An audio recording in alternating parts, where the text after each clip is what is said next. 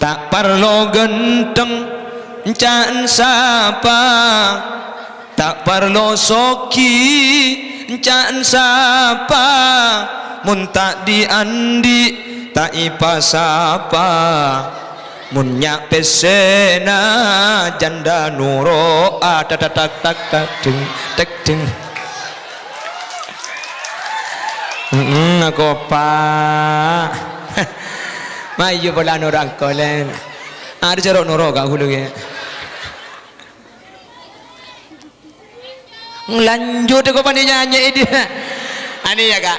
Baik suruh apa ngajar kalau makin ni kamu ngajikan sejam ni kamu mulai deki. Apa kena? Lebur ego. Kadang ni kasih kantu bini niat ngaji, niat di orkes. Kula mungkro maburu ayat pun hadis lebak kun. Tahu ngantuk. Apa le? Olay ko.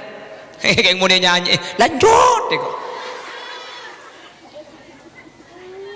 Lanjut ke. Lanjut ke. Apa sih lanjut ke aja. Cara nuro ke. Pak jadi ngeda remur pan kau atau lihat atau lagi ya dah.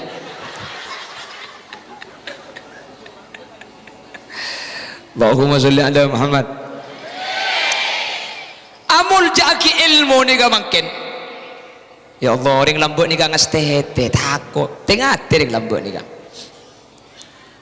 Makanya lambut ni kan ilmu ni kalau pati banyak keng manfaat gini bangki keng lambut ta'zimul ilmi amul jaki ka ilmu ni kan luar biasa. Makin ni saya cabut bi Allah barokah.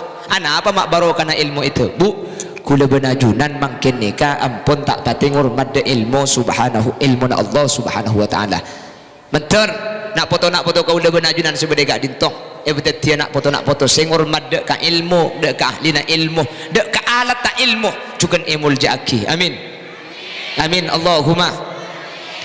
Mun katok ke Quran ni kejak sampai kolong mun ring lambe padahal secara hukum fikih ni kalau kenapa le tapi ring lambe mun aku cak katok ni kutu mani kedengi Quran sokok sing nguncur ka katok padahal tidak Quran nah takok mun ring lambe ni bener mi tak weli ring lambe ni kakak mi tak weli mastete ring lambe ni kak mun makin biasa Quran sebab meja kocak sebab itu Quran dia biasa genteng kok mun takutnya.